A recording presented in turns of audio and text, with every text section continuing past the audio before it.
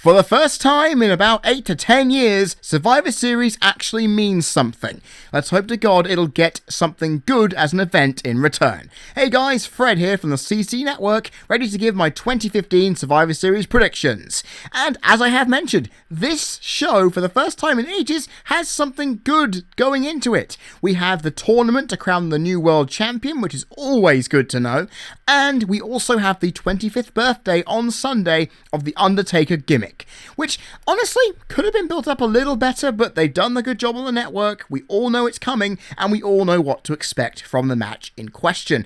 However, before we reach any of the matches that are booked into this card firmly, there is one match I have to talk about first before the rest, and it is the 5-on-5 traditional Survivor Series elimination match, which was randomly announced midweek, and as you can see by the random plain Survivor Series thing on the image right now, has actually got no announcement yet. At Friday evening GMT, which is Friday AM or possibly PM in American times, you have no idea what's going on, and neither do I. WWE.com has left us silent, SmackDown didn't give us anything about it, so is this going to be the pre-show match? Is it going to be on the show sandwiched to block off the two main event matches? I really don't know, and importantly of all, we do not know who is going to be in it. But the one prediction I can attain from this is that the faces will win if the Usos are in the match. I can be pretty certain that the six-man tag that we saw this past week could possibly factor in. Could Neville factor in here? Could Kalisto factor in? Anybody who has appeared on Raw in the last 2 or 3 weeks should be in this match if they're important enough. However, if the Usos and the New Day are the focus, I'm pretty sure the Usos are going to wind up walking out winners here. So, yeah, I'm putting a bold prediction with absolutely nothing to work with. Makes sense. The faces will win. Now let's get on to the matches that we actually know about. And we start off with the match that was announced this past Thursday on SmackDown. Tyler Breeze versus Dolph Ziggler. Now, I'm going to point something out here that should be apparent to pretty much everyone. Dolph Ziggler has had arguably the worst year he has had as Dolph Ziggler. You don't believe me? He's been in the worst feud of the year. He's been in, by my calculations, the worst match on the card of 3 pay-per-views. And honestly, he just hasn't been as entertaining to me as he used to be. I don't understand why or where this could have come from, but I look at his opponent, Tyler Breeze, who has just come onto the main roster and started feuding with him. You would think at a big event like this, you need a first pay-per-view encounter to have Tyler Breeze win. I'm sticking with that cause, because honestly, I would love Dolph to win. I'd love him to win, so he can get his actually quite crap year back on track. However, looking at the way they're booking this, where Tyler Breeze, of course, lost a hard-fought match to Dean Ambrose, which Dolph Ziggler inevitably lost to afterwards, after beating The Miz in quick fashion despite being beaten most of the match, and therefore having the match make no sense, I will point this out. Ziggler, I hope your 2016 is better than your 2015. Okay? You're not going to win here because this is a new guy who just came up from NXT. We don't want the guy to end up like the Ascension, where they go back to NXT and get a massive pop compared to their usual workings on the main roster weekly. So I'm going to give Tyler Breeze the win here, but I have a sneaking suspicion that Ziggler might just win this one because the crowd love him. Enough said. The next match is one that has thrown up quite a bit of controversy. Charlotte versus Paige for the Divas Championship. Now, I loved that they main evented Raw. I love it that this feud is being booked like a male feud. It is brilliant. But on the subject of the Reed Flair mentions, we know now that Charlotte came up with the idea herself. We know that Rick and his former wife, who is, of course, Charlotte's mum, did not agree with it. And the thing is, I have got no things to complain about here. on this angle. Because, one, it made me feel incredibly excited that, one, a Divas feud actually managed to push a certain button that went that far, and second of all, it left me at the end of the show feeling excited and quaking with excitement to boot. And that's the thing that I never really get from the end of Monday Night Raw. This is a go-home show to a pay-per-view, a major pay-per-view, and the women are main eventing it, and they throw that out there.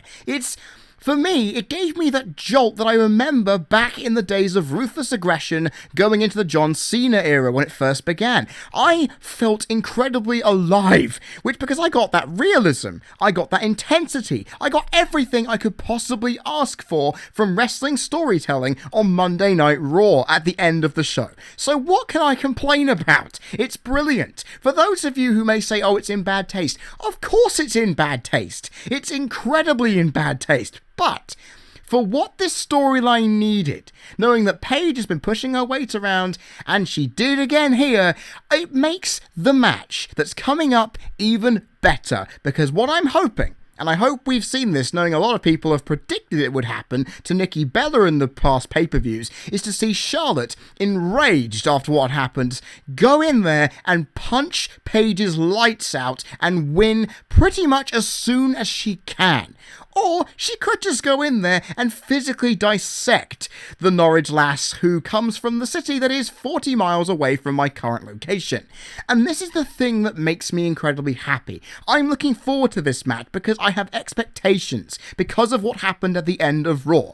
Which means, of course, Charlotte will win. I don't see a point of her losing to Paige here, but it will allow the feud to continue. So would we end up seeing a female TLC match? Or a female ladder match? Or something else that would be a first on pay-per-view for the Divas going forward to TLC. This is where I'm looking at it here. I'm not thinking, oh, it's in really bad taste, WWE have issued a statement, therefore Charlotte and Paige should probably fight to a kinder position, they should just forget about it. No, use this to your advantage. You've created a stir, then use it. Do not just simply forget about it because people complain. This is a hot angle that got people talking about your product, even if it wasn't in the best way possible. Vince McMahon always said, even the bad publicity is good publicity. Well, for God's sake, run with it. Charlotte should demolish Paige here, which should set up the TLC pay-per-view rematch quite nicely indeed. And I cannot wait to see what this match delivers, knowing the two talents involved. It should be good. However, I must remind everybody that Charlotte, to enable this feud to continue, must win here. Hook or by her dad's crook would be quite impressive. Now we reach a match that I'm actually not excited about, which says a lot. The Undertaker and Kane, the Brothers of Destruction, versus the Wyatt family, two members of which are currently undetermined. So, let me get this straight. The Wyatts did what they did at Hell in a Cell to establish themselves as the faces of fear and to get rid of Undertaker and Kane for good. Here is the important question I personally, as a reviewer/critic, would like to suggest. Why the hell have you withheld a Buried Alive match for this? It is Undertaker's 25th anniversary. It would build Wyatt after he lost at Hell in a Cell, and inevitably, possibly getting Kane removed as well would be awesome. Also, if Kane were to screw Taker, you get Kane versus Undertaker at WrestleMania to end both men's careers off. It's what I thought could go down, and inevitably would have been my preferred option. However, we have these Faces of Fear, the new ones, taking on both of them. We don't know who it's going to be, but I'm guessing it's going to be Bray and Braun Strowman. However, thinking about where this could go and the Buried Alive match could still inevitably happen, I would put Harper and Rowan there to be absolutely destroyed. But here is something that came to me while listening to Good Mike Works commentary of Undertaker's debut pay-per-view, the Survivor Series of 1990. Because honestly, reminding me about it is that Taker ended up actually being eliminated on that night because he ran out after Dusty Rhodes. And I'm thinking to myself, yeah, his team won that night, but Taker was the loser. And knowing that the Wyatts need to be rebuilt after the loss that Bray concurred inside the Hell in a Cell against Roman Reigns, maybe, just maybe, maybe the Wyatts will win here. I think if they go for Wyatt and Strowman, maybe they will, because they are powerful. Strowman is tough. It took a lot for both Undertaker and Kane to put him down on Monday Night Raw. And like I've said, Bray Wyatt needs to be rebuilt a little bit following that defeat, which was necessary for the storyline conclusion. I think to myself here, will WWE go down the route of giving Undertaker the win because he deserves it, it's his birthday? Or do they go down a route where the Wyatts win, enacting that ability by the Brothers of Destruction to want to bury him for the desecration of this anniversary? Maybe it's not even a buried alive match at all. Maybe it's a casket match going forward. I don't know. All I know is, at the end of the day, I just want to see Taker buried alive one last time. Or in fact, anyone buried alive one last time. It's been 5 damn years. Why not put the match out there at this special occasion? It baffles me. But looking at the result, I'm going to have to stick on the eye of WWE's predictability. They've got a tournament that is going on throughout this event. They have enough unpredictability and possible predictability coming out of that. I don't think they're going to go for a swerve on this one. Or maybe they will think it's too obvious. It's really difficult to say, but I really want the Wyatts to win, and I'm hoping they do, but I can sense Taker is going to win. But then again, it depends on the position of the card as well. I'm overthinking this. I might as well just stick a prediction down that the Wyatts will win, setting up a rematch at TLC. Regardless of whether it's a singles match or a multi-man tag, it'll have to be done either way, because this is only the first match of the feud a month in. We need another one, as dictated by Wrestling 101. It can't just be a one-off, surely. Finally, and it's a big finally, we reached the biggest attraction of this show. Yeah, surprisingly had something to overshadow Taker's 25th birthday, and this is the one thing that could. The tournament to crown a new WWE World Heavyweight Champion. Seth Rollins got injured, meaning the match you're seeing on screen right now, Seth Rollins versus Roman Reigns, could not happen. And it means we get this tournament instead, which the brackets of which are on the screen now. Roman Reigns beat The Big Show and Cesaro to reach this point. Del Rio beat Stardust and Kalisto to reach this point. Kevin Owens beat Titus O'Neil and Neville, while Dean Ambrose beat Dolph Ziggler and Tyler Breeze. It's a pretty good tournament so far. We've had a lot of great entertainment matches that are long and very story driven, and hopefully we shall get more of the same, which explains why this card has very few matches on it. Nonetheless, ladies and gentlemen, we now have to try and look at who, at the end of this night, is going to be crowned the new world champion of the WWE. And here we will start with Roman Reigns versus the United States champion Alberto Del Rio. This is easy. If you can't predict this correctly, I have no idea what's wrong with you, but Roman Reigns will win against Alberto Del Rio, the patron of Mex America. I am sorry, Del Rio. No matter how good you are, no matter how good you have been since returning, and no matter where you are in the standing as US champion, you are not going to beat Roman Reigns here. I think we can all predict it, and it's all obvious. But now we reach the most interesting matchup of the evening, which will inevitably determine the final. Because if Roman Reigns is pretty much guaranteed to make it, who's going to join him?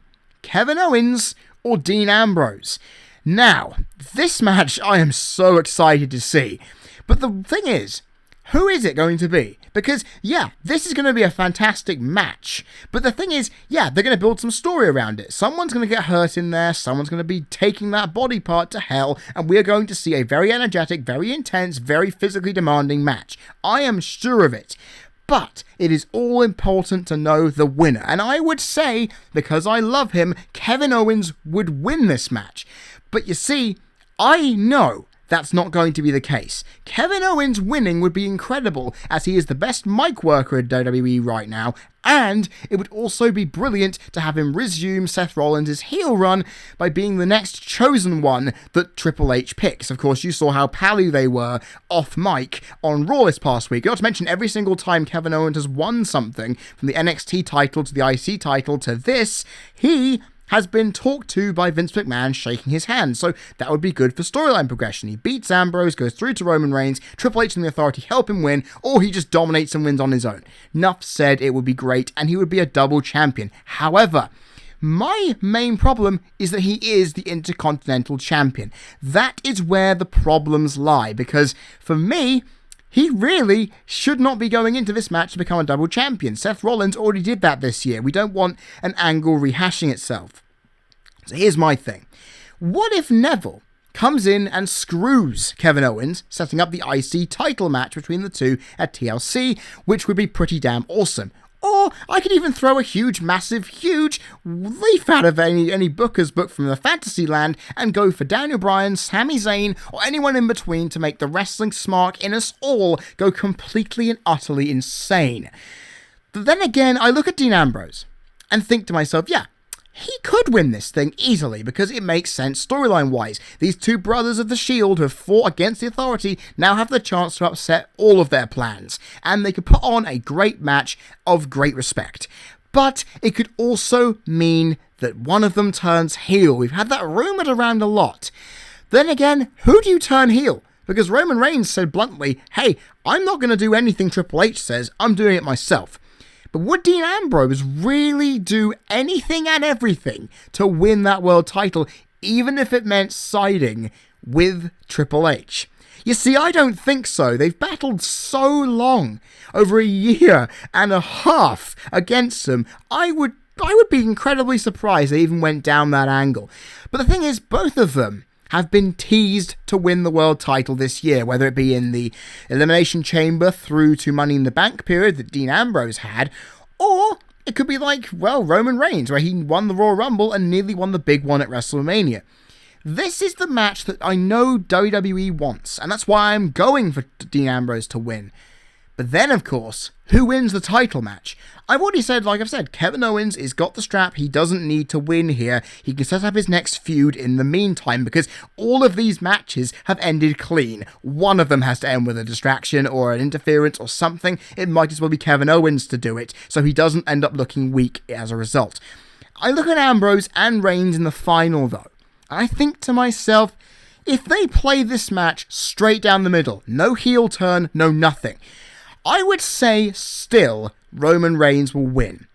However, that notion of a heel turn will decide where this goes. And I'm really torn about this, because seeing Dean Ambrose turn heel while refreshing would be really predictable, because WWE wants Roman Reigns as John Cena 2.0. We kind of get that in the way that he's booked and the way that he speaks on the mic. I get it.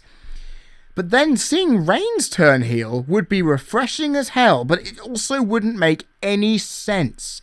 Any sense at all. Unless he turns heel and doesn't side with anyone. He's just sick and tired of everyone coattailing around him, everyone just trying to do whatever the hell they want to do with him. And then he just goes, fuck it, and just senselessly beats the crap out of Dean Ambrose, and wins a title anyway, and just goes off and does his own thing as a heel. But then even after all that, it's difficult to predict a winner. It really is difficult, which is why there is only one situation that matters. Sheamus. And like I've said, both of these guys, Dean Ambrose and Roman Reigns, have nearly won the title this year. It will either happen in one of two ways. I've mentioned this at the last couple of pay-per-views, I might as well call it now as another prediction.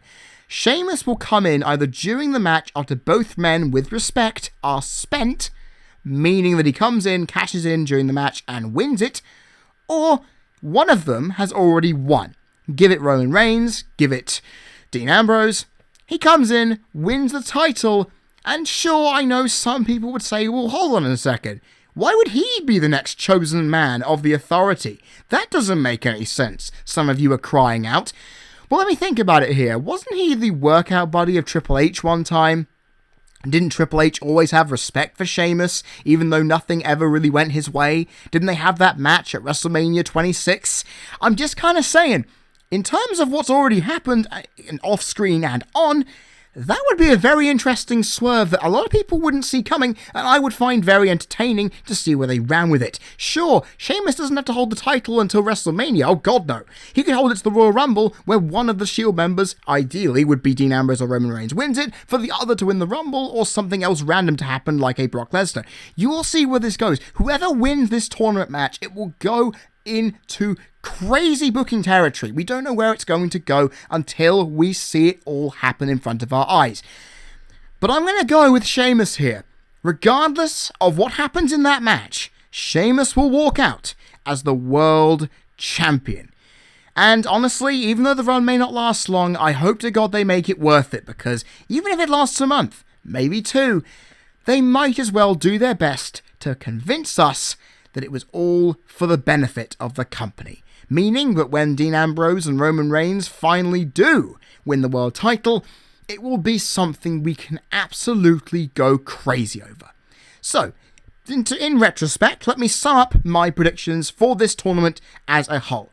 Roman Reigns to beat Del Rio, Dean Ambrose to beat Kevin Owens, and we see Sheamus interfering in a match with Dean Ambrose and Roman Reigns in the final to become the world champion. Whether the result has been confirmed or not, I am leaving that into interpretation and what happens on the night. Let's hope I don't get this completely wrong, or something very bad may happen. There we go, everybody. The Survivor Series 2015 predictions are set in stone, and you know what? I've said it again, I'm looking forward to this show because it looks like it can deliver on a lot of things. And it has some value to it for the first time in years, like I said in the intro. I am happy. Then again, how are all of you feeling about it? Are you thinking WWE can give us a good show? Or do you think it's going to go down the tubes? In fact, what are your predictions for it? Put your opinions down there in the comments section. I will be glad to hear it. I will be live tweeting my results and opinions directly after the match finishes on Twitter at CCNetworkYT during Survivor Series. I'm happy to talk with any of you at that time if you want to get my direct opinions while the show is on. Also, I will be doing 2 kinds of reviews. I put my blog back while I was going through that a dispute with YouTube a month or so ago, and I decided, you know what, I'm going to be doing a written review on that blog. The link of which will be down in the description box on the review video, as well as this current predictions video right now. So when I get the review up straight after the pay-per-view on Sunday, you can read all my thoughts about it there. However, if you also want to hear my thoughts directly from a video standpoint, the usual, I'll be posting the review up sometime between Monday and Wednesday, depending on internet speed and upload times. That will be coming in the meantime, as well as it also being linked to in the written blog for when necessary. And also, guys, if you want to see that review, along with all the other content, including a recent Friday flashback featuring Judgment Day 2002, the Wind Waker HD playthrough, and a lot of other great content coming through next month in December, then all you have to do is click that subscribe button. It is completely free, and I would love you for it. And you know what, guys? Some of you in America are celebrating Thanksgiving next week, and I'm going to say this right now. Hopefully, WWE can thank us for all of our good wishes to Seth Rollins, who I hope is healing nicely, and give us some pay-per-view that rewards our attentiveness for sticking around through this tournament. We've loved it so far, and hopefully Survivor Series can cap off a tumultuous month for this company with a new champion, a new direction, and something we can all be interested in and happy about. I have been Freddie Thomas, you've been people listening. This has been the CC Network Survivor Series 2015 predictions video, and I will see you all for the review sometime early next week. Also, don't forget about the blog and my live tweets. All is good. Cheers, guys. See you next time.